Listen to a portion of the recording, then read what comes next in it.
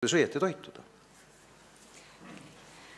Tere kõigile siis minu poolt ja võib-olla ma parandaks eelkõnelejat, et toitlustamise alal ei ole ma kindlasti spetsialist, aga mingil määral toitumisega seotud ja toitumise ja tervise vahelist seost, et võt neid asju ma võib-olla tean küll keskmisest inimesest natukene rohkem.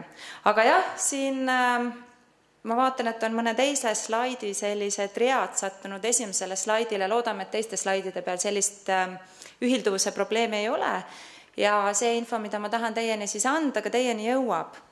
See teema, millest ma nüüd siis täna teile rääkida tahan, see on mõnes mõttes selline teema, mis on, ütleme, üpriski väljakutsuv teema. Sellepärast, et kuidas me saame läheneda ühele käitumishäirele või ühele sellisele häirele nüüd läbi toitumise. Et kas tõesti võib olla toit see, mis mõjutab meie käitumist? Kas toit on see, mis mõjutab meie emotsioone? Ja nii üllatav, kui see ka ei ole, siis tegelikult praeguseks on juba jõutud selle teadmiseni ja on uuringud, mis seda kõike kinnitavad, et täpselt niimoodi see isegi on. Tahame me seda või mitte. Ja võib-olla kõige lihtsam on vaadata toitumise mõju iseendale läbi selle, et kuidas ka minu see tavaline toitumisharjumus, mis mul on, mind mõjutab. Näiteks väga paljud meie seast võivad olla sellised, kes nälja peale, kui nad ei ole tükk aega süüa saanud, muutuvad selliseks pahuraks, muutuvad selliseks ärritunuks, mis tähendab seda, et toit ja söömine mõjutab teie meeleolu, mõjutab teie käitumist. Mis on, ütleme, võib-olla mure Eestiga seoses ja üldse üldiselt on see, et meil ei hinnata siis tähelepanu puudulikkuse ja hüperaktiivsuse häirega laste sellist toitumuslikku ja ainevahetuslikku seisundit. Ja Eesti siseselt ei ole tehtud ühtegi uuringut sellega seoses. Nii või naa toitumise ja hüperaktiivsusega seotud uuringud on üpriski sellised hilised ja nende juured ei ulatu väga kaugesse minevikku. 80-ndad, 90-ndad on need, kus hakati neid asju uurima. Aga on leitud seda, et just nende hüperaktiivsete laste puhul võrreldes nüüd teiste lastega selline ka toidu tasakaalutus või tasakaalutus toitumises on palju levinum. Ja tegelikult on leitud ka, et nendel lastel on palju rohkem tasakaalutusi erinevate toitainete tasemes, kui on neid võrreldud ja uuritud siis nende laste kehas, et kui palju mingisuguseid toitaineid neil on. Nii et tegelikult, ütleme, selliste toitumuslike tasakaalutuste likvideerimine võib aidata väga palju kaasa ka nende selliste käitumuslike sümptomite leevenemisele. Nii et kui on tegemist sellise lapsega, kellel on probleeme hüperaktiivsusega. Muidugi see ei tähenda seda, et see laps peab olema alati diagnoositult hüperaktiivne. Sellepärast, et lastel võib olla lihtsalt ka sellist kalduvust hüperaktiivsusele. Aga kindlasti tuleb siis sellisel juhul pöörata tähelepanu ka toitumisele ja likvideerida siis toidust tulenevad põhjused. Missugused on need vitamiinid ja mineraalaineid, mida on leitud, et nendel lastel on puudu või on vähe? Ühed vitamiinid, mis on B-vitamiinid. Muidugi üks asi me võime rääkida ka üleüldse meie rahva ja rahvastiku tervisest. Kust saab inimene B-vitamiini? Ta saab seda toidust. Aga näiteks juba ühe toidu rafineerimise protsess, mis tähendab seda, et üks täistera, sealt võetakse ümbert ära sellised välimised kihid, eraldatakse ära idualge.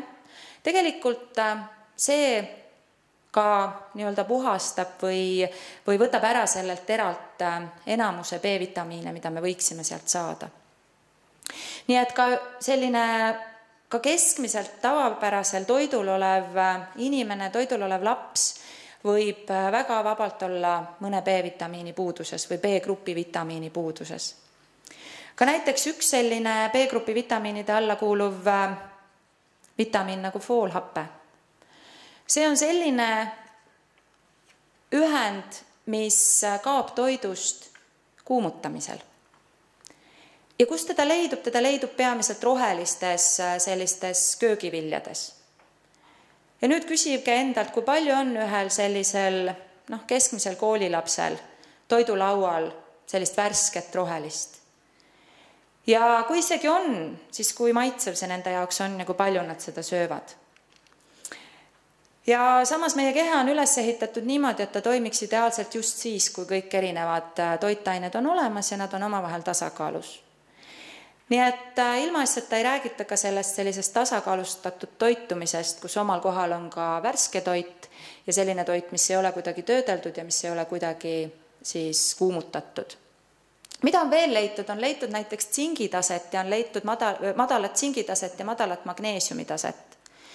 Need on ka tegelikult 2 ääretult olulist mineraali, mis meie kehas vajalikud on. Tsingi tase kehas muidugi sõltub ka sellest meie poolt söödavast toidust, aga samamoodi võib olla meie madala tsingitaseme põhjuseks tegelikult hoopis mingisugune selline väline faktor. Näiteks raskmetallid, mis meie kehasse satuvad. Kas siis toidu kaudu, võib-olla mingisuguste selliste ühendite manustamise kaudu, kus neid sees on, või näiteks kokkupuutel nendega mingisuguse metallitöö käigus, elavhõbeda plommide kaudu. Tsink on äärmiselt oluline just see juures, et meie keha suudaks nende toksiinidega hakkama saada. Ja kui neid on meie kehas liiga palju, siis meie keha on ka tühi tsingist kui äärmiselt olulisest sellisest antioksudandist. Ja magneesium. Ma usun, et magneesium on teile enamustele tuttav mineraal ja tuttav just sellepärast, et teda soovitatakse näiteks siis, kui jalad krampi tõmbuvad või siis lihased niimoodi tõmblevad. Siis esimene asi, mille järgi kohe niimoodi minnakse ja mida siis sisse võetakse, on magneesium. Magneesium juba iseenesest selle puudus tegelikult põhjustab hüperaktiivsusele omaseid käitumisjooni. Näiteks sellel on omane selline pidev nihelemine või selline rahutuse seisund, samamoodi unetus, koordinatsiooniprobleemid, õpiraskused. Nii et muidugi see ei tähenda seda, et nüüd kõik need probleemid on tingitud ainult magneesiumi puudusest, otse loomulikult mitte. Aga kui on kahtlus sellele, või ütleme niimoodi, et võib-olla see on üks lihtsamaid asju, mida saab likvideerida. Ainus mure on see, et kuidas kindlaks teha seda, et kas mul on magneesiumi puudus või mul ei ole. Õnneks on olemas vähemalt mingisugusedki võimalused ka meie meditsiinis määrata magneesiumit verest, kuigi see, mida verest vaadatakse, ei pruugi olla nüüd 100% see kõige tõesem magneesiumi näitaja. Aga vähemalt annab mingisugustki aimu, mis minu kehas toimub. Ja kuna see näitaja ei pruugi olla kõige õigem, siis võib ka magneesiumit kas või lihtsalt juurde võtta või siis mõne toitumisspetsialisti abiga lihtsalt vaadata ka menüü niimoodi üle, et seal oleks piisavalt palju magneesiumit selles toidus, mida see laps sööb või ka täiskasvanu. Mitte ainult lapsega ei ole ju siinkohal tegemist. Ja veel üks äärmiselt oluline aspekt nende laste toidus, mis mõjutab tegelikult iga inimese tervist, iga inimese vaimset tervist, on õiged rasvad ja õiged rasvhapped. Ja just närvisüsteemi tervise seisukohalt on äärmiselt oluline omega-3 rasvhappe. Ma olen täiesti kindel, et te olete kuulnud seda terminit. Omega-3 rasvhappe on selline rasvhappe, mida meie keha ise ei tooda. See tähendab seda, et me peame seda saama ainult enda toidust. Isegi omega-3 rasvhappe puhul ei ole niivõrd oluline see, kui palju me teda toidust saame. Kuigi see on ka oluline, aga oluline on see, missuguses vahekorras on see rasvhappe minu menüüs võrreldes teiste rasvhapetega, näiteks omega-6 rasvhappega. Ja väga paljud üleüldse meie ühiskonna sellised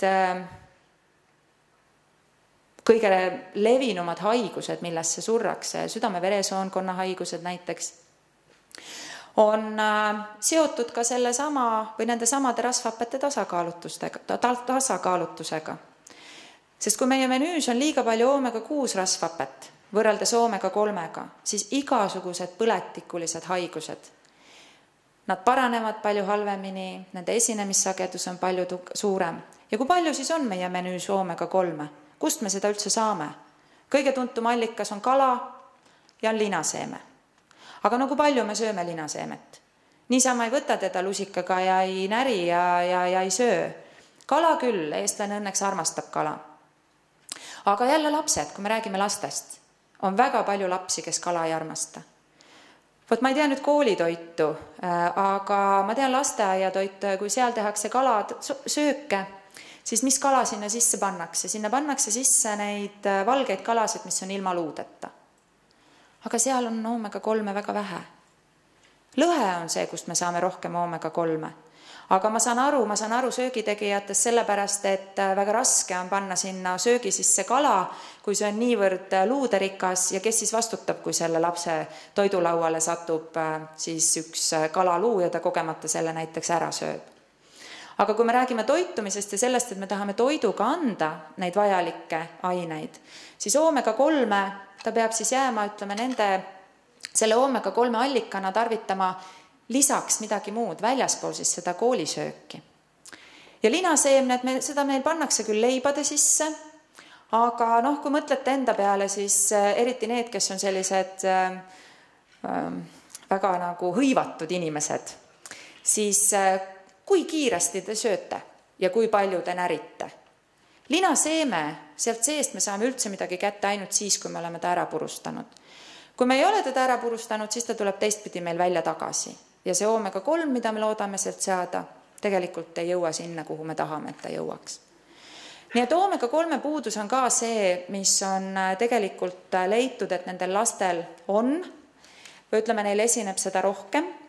Aga mis on kurb, on see, et Eestis ei ole meil võimalik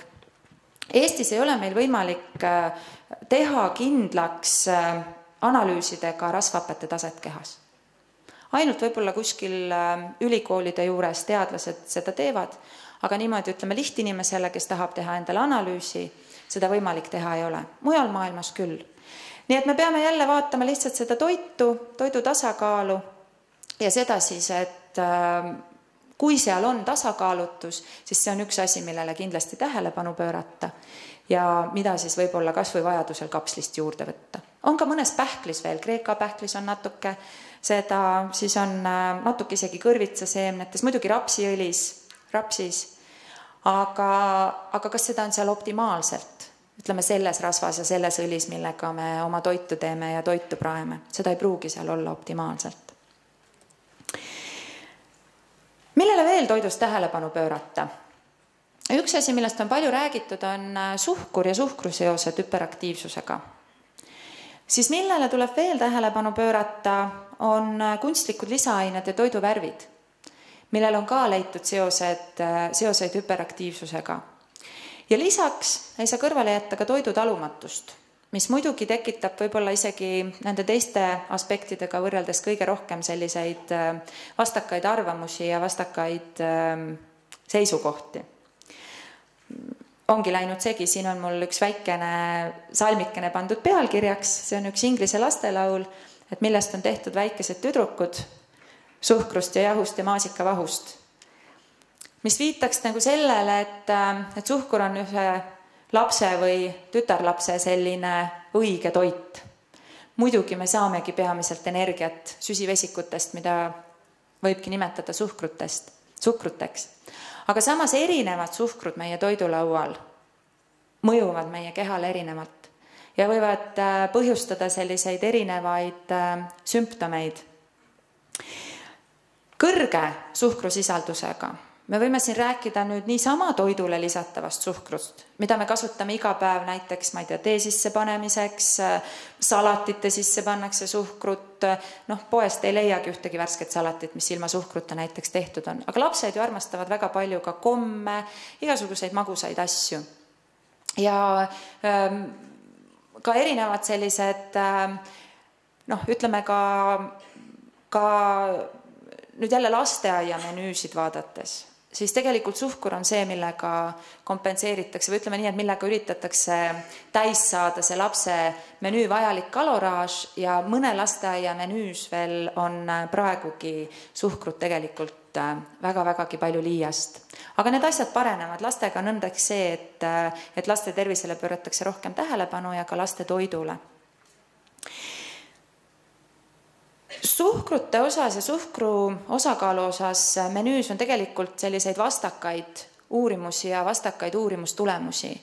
On leitud seda, et suhkru nii-öelda ärajätmine menüüst või sellega mitte liialdamine, kui menüüd on korrigeeritud, siis see parandab laste käitumist, ta parandab nende isegi sellist vägivaldset, agressiivset käitumist, hüperaktiivsust.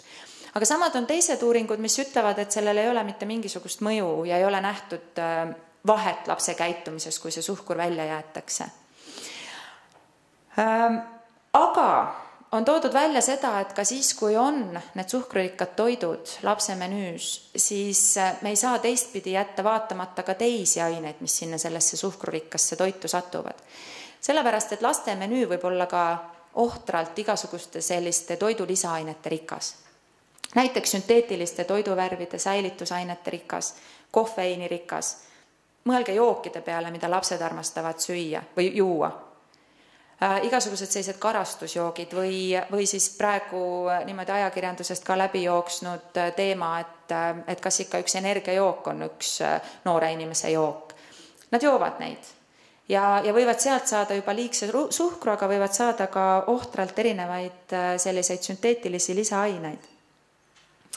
Ja 2007. aastal siis Inglismaa toksilisuse komitee poolt tehtud uurimus leidis, et teatud kunstlike lisaainete segude kasutamine koos sellise säilitusaine nagu naatriumbensoaadiga, mis peaks olema E211 vist selle E-ainete märgiga, et see on seotud hüperaktiivsete laste arvu suurenemisega üldpopulatsioonis.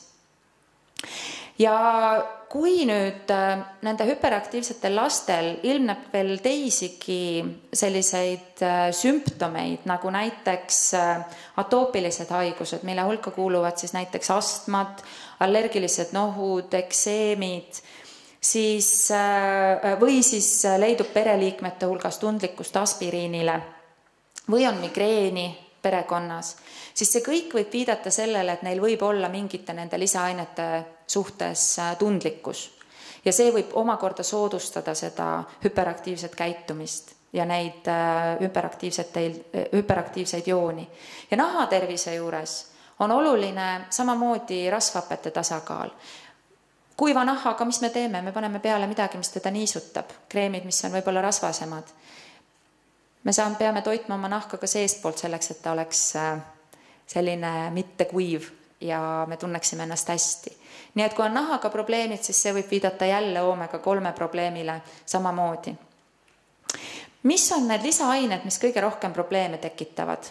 On leitud, et need on näiteks tartrasiin, mis on kollane värvaine. Ma ei tea, kui palju teda Eestis pannakse toitude sisse, aga olen lugenud, et teda isegi mujal maailmas võib leida näiteks apelsiinimahla seest. Et kui üks apelsiinimahl on ikka selline ilus ja hästi-hästi kollane, et siis selle kaubandusliku välimuse saamiseks ongi sinna ka tartrasiini sisse lisatud. Bensoaadid, mis on säilitusained, millega on ka leitud, et kõrvaltoimena võivad põhjustada sellist hüperaktiivset käitumist. Sulfitid, mis on säilitusained ja need on sellised, millele võib esineda ka allergiat ja neid me leiame, loodetavasti noored alkoholi ei tarbi, kus seda sees võib olla, aga meie tavapärasel toidulaual ta võib olla sees näiteks kuivatatud aprikoosides. Kui te ostate poest need oranžid aprikoosid, kuivatage ära üks aprikoos, kas ta jääb teil niisuguseks ilusaks oranžiks? Ei jää. Midagi on sinna pandud juurde, midagi, mis säilitaks selle ilusa värvi, et mul tekiks tahtmine seda osta ja seda süüa. Need on sulfitid, millega seda tehakse. Või näiteks köögid, suurköögid, mis kasutavad kooritud kartuleid. Need kartulid, olete ju näinud, mis juhtub kartuliga, kui ära kooritada ja jätate seisma. Ta läheb lillaks. Ta ei jää selliseks ilusaks, et kuidas need kartulid siis püsivad nii kaua ilusad. Sinna vaja midagi peale panna, mis teda säilitaks. Nii et me võime saada neid sulfiteid ka tegelikult väga paljudest erinevatest allikatest ja on lapsi, kellel see soodustab siis nende seda käitumist ja hüperaktiivse käitumise süvenemist. Nitraadid, jälle ühed lisaained säilitusainena. Glutamiinhappe ja glutamaadid, mida me leiame maitse tugevdajana toiduainetest, valmistoitudest, puljongikuubikutest, salatikastmetest, kuivkastmetest. Aga tänapäeva inimene, me elame sellises kiires ühiskonnas, muidugi lihtsam on ju teha nendest poolfabrikaatidest ja sellistest kuivainetest endale toitu. Nii et pole midagi imestada, et need lapsed neid saavad selleks, et kindlaks teha, kas mingisugune lisaaine põhjustab nüüd seda käitumist või mitte, peaks neid toiduaineid katsetama. See tähendab seda, et proovima, et kui ta nüüd saab seda näiteks tartrasiini sisaldavat toiduainet või mingit kommi, mis sisaldab seda kollast värvainet, ja kui ta ei saa seda, kas seal on mingisugune vahe tema käitumisele ja samamoodi nende teiste lisaainetega. Aga see tähendab seda, et me peame need tema menüüst kõigepealt eemaldama, mis ei pruugi olla nii lihtne, sellepärast et oleneb ju sellest ka, mida see pere sööb, kas pere on üldse valmis seda tegema, kas see laps ise on valmis seda tegema. Nii et võrrelda siis erinevaid toiduaineid, mis neid lisaaineid sisaldavad. Ja veel üks aspekt, mida on nüüd uuritud siis 80-ndatest aastatest alates, on toidu talumatus ja selle seos hüperaktiivsusega. Professor Reichelt Norrast, kes siis töötab Oslo pediaatrilises instituudis, 1981. aastal avastas tema esimest korda nüüd küll autistlike laste uriinist sellised teatud tüüpi opioidse toimega valgujupikesed. Opioidne toime, ma arvan, et see sõna ütleb teile nii mõndagi. Võiks öelda, et nad on sellise narkootilise toimega. Ja leiti ka seda, et kui nüüd need toiduained, millest need valgujupikesed sinna uriini tekkisid, jäeti nende laste menüüdest välja, siis paranes nii nende autistlik seisund, kui ka tegelikult sellega kaasnevad käitumishäired. Ja kõige rohkem ongi uuritud neid samu opioidse toimega valgujupikesi või peptiide, on uuritud just hüperaktiivsete laste puhul, autistlike laste puhul, epileptikute puhul ja nüüd juba tuleb ka kirjandust ja uuringuid seoses neuroloogiliste haigustega, nagu näiteks skleroosis multiplex, kus on samamoodi seoseid leitud siis nende valgujupikestega, mis uriini satuvad. Ideaalvariandis nad ei tohiks sinna sattuda. Keha peaks valgud ära lõhustama aminohapeteks niimoodi, et selliseid jupikesi ei jää. Nii et on mingisugune põhjus, miks nendel lastel, kellel see toit niimoodi mõjub, siis miks need valgud jäävad lõhustamata. Ja mis valgud need on peamiselt, millega seda seostatakse? On kaseinist ja gluteenist tulevad valgud. Kasein on piimavalk ja gluteen on teraviljavalk. Ehk siis võib olla piim ja piimavalgu lõhustamatus see, mis soodustab hüperaktiivset käitumist või teraviljavalk. Ja on veel teisigi uuringuid sellega seoses, selle aja jooksul on neid tehtud muidugi palju. Nii et kui kedagi huvitab, siis seda infot saab kätte kas siis konverentsi korraldajate kaudu, kes saavad teid viia siis nende allikateni ja minuni, et kui kedagi huvitab, siis on võimalik ka seda infot kätte saada. Nii et lahenduseks, kui on see talumatus, mida saab kindlaks teha, aga taaskord mitte Eestis ja kahjuks praegu need analüüsid on ainult tasulised, siis lahenduseks on gluteeni ja kaseinivaba toitumine. See tähendab seda, et menüüst jäetakse välja piimavalku sisaldavad toidud, mille hulka kuuluvad põhimõtteliselt kõik lehmapiimast tehtud toidud.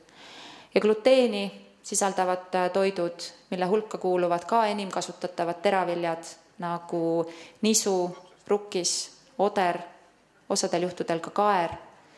See ei tähenda seda, et inimene ei saa midagi süüa, saab väga palju süüa ja väga mitmekesiselt süüa, aga seal on lihtsalt vaja võib-olla spetsialisti abi, kes aitab ja näitab kätte need võimalused, kuidas seda teha, sest esialgu võib tõesti tunduda, et aga kui ma need jätan toidulaualt välja, mis siis üle jääb. Ja ütleme, seoses, kui ma mõtlen nüüd koolide peale ja mõtlen selle dieedi peale, et siis mida võib-olla mida koolidelt ma ei tea, tahta või mis ettepanek teha. Mida mina toitumisspetsialistina tahaksin? Ma tahaksin näha seda, et nendel peredel, kes on teinud need analüüsid ja kes tahavad oma lapsi aidata läbi sellise toidumuutuse, et neil oleks võimalik nendele lastele saada ka sellist toitu koolis, mis sobiks nendele lastele. Sellepärast, et üks piimamolekul või gluteenimolekul tekitab 16 opioidset peptiidi. Ja kui me võime mõelda, et mis see on siis nüüd, kui ta siin koolis ükskord saab või niimoodi saab, siis see võib mõnele lapsele või mõnele perele tegelikult olla tõsine probleem. Nii et loota seda, et kõik koolid hakkavad nüüd sellist toitumist praktiseerima, ma arvan, et see on selline loll lootus ja see ei ole ka praegu võimalik. Aga just see, et oleks võimalus ka nendele lastele, kellel on sellised toitumuslikud erivajadused. Nii et mida siis teha? Kui on kahtlus, või kui tahetakse likvideerida see toitumisest või toitumise sellisest tasakaalutusest tingitud põhjus või vähemalt see, et see ei panustaks selle probleemi süvenemisse, siis kindlasti konsulteerida toitumisspetsialistiga, kes saab vaadata üle menüü, kes saab vaadata üle selle, kas ta saab kõiki toitaineid kätte.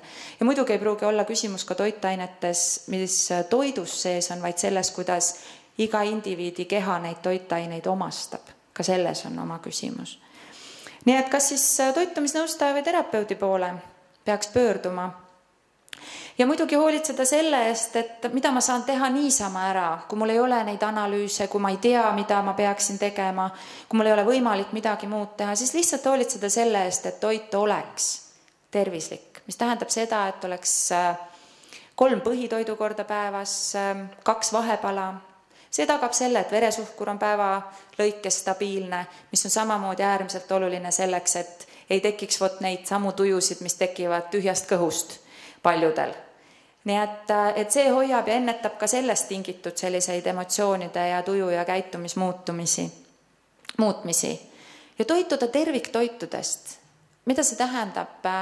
Terviktoit on nüüd Marika Blosfeldi loodud selline termin, sest eesti keeles teist paremat sõna ei ole. See tähendab, et süüa neid toiduaineid, mida loodus on meile andnud. Mitte seda, mis on pakki pandud ja pulbriks tehtud. Ja siis pandud sinna juurde veel ka mõned sellised lisaks värvained ja midagi muud veel. Sest et see toit, mis loodusest tuleb sellises vormis, nagu ta on looduses, on see kõige parem toit meile. Nii et see tähendab võib-olla seda, et mõni pere peab hakkama ise süüa tegema. Kartulitest või kohe sellest toidust, mida ta poest ostab, salatitest. Kusjuures see on see, et see on reaalsus. See on reaalsus ja see võib olla väga raske inimese jaoks seda tegema hakata. Nii et ka sellise väikese toidu muutuse tegemine võib olla probleemiks. Ja muidugi, kui on kahtlus, et võib mingisugune toidutalumatus olla ka põhjuseks, siis leida võimalused selle kindlaks tegemiseks või samamoodi lihtsalt rääkida toitumisspetsialistiga, kes aitab lihtsalt ka sümptomite põhjal kas või öelda, et võib-olla tõesti on siinkohal sellega tegemist. Nii et need on sellised peamised asjad, peamised aspektid toitumises, mida hüperaktiivsusega seostatakse. Ja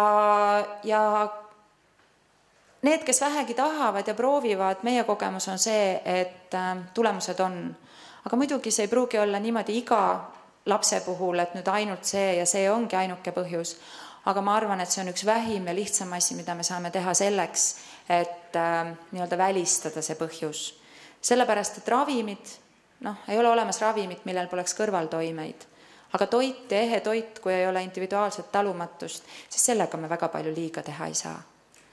Nii et kui kellelgi on veel huvi ja soovib saada lisainfot, siis jälle saate kätte informatsiooni siis korraldajate käest. Aga praegu ma tänan, et te mind ära kuulasite ja loodan, et saite natukene vähemalt mingeid mõtteid või asju, mille üle mõtiskleda ja mida edasi uurida. Nii et tänan teid. Aitäh! Kas Kas kellelgi tekkis küsimusi? Jah, minul on üks küsimus. Et kõik see, millest te räägite, et kui ta nii drastiliselt ja jõuliselt mõjutab lapsi, et seda noort ja kasvavad organismi, kas ta siis mõjutab ka täiskasvanud? Jaa. Mina võin muutuda hüperaktiivseks, et mul on toitumisharjumused toimunud muutus. Võib ikka, sellepärast, et sellised, ütleme nii, et näiteks seesama valgu talumatus. Valku seedib meie magu. Mida vanemaks me saame, seda rohkem meie maahappe alaneb. Selleks, et seedida valku, on vaja piisavalt maahapet. Ja juba näiteks kas või selle tõttu, et eaga sellest tulenevalt meie magu enam ei suuda neid valke lõhustada, võib meil tekkida toidutalumatus. Samamoodi me võime seda toidutalumatust endale ise tekitada selliste, ütleme, ebatervislike söömisharjumustega. Aga muidugi see ei tähenda seda, et iga täiskasvanu, kellel on see toidutalumatus, nüüd muutub hüperaktiivseks. Seda mitte. Et need sümptomid võivad olla väga-väga erinevad. Aga võib olla ka nii, et ega täiskasvanute seas on ka neid, kes on hüperaktiivsemad. Nii et võib-olla nemad saaksid küll sellise rahumeelsema olemise, kui nad seda tahavad, sest see hüperaktiivsus võib ka väga palju kasuks tulla. Nii et sõbrad, kui te õhtul lähete sinna, kus meil see õhtune üritus on, siis mõelge, mida te sööte. Ja Tellige kala, mina sain vähemalt niimoodi aru. lõhe. Ja lõhe muuses. Heeringas ka sobib. Jah. Nii et aitäh, Sirli, ja see ettekanne tuleb meil sinna kodulehegi peale üles ja kellel on nagu lähemat huvi, siis meie kaudu saab kontakte. Saab küsida personaalset nõustamist. Aitäh!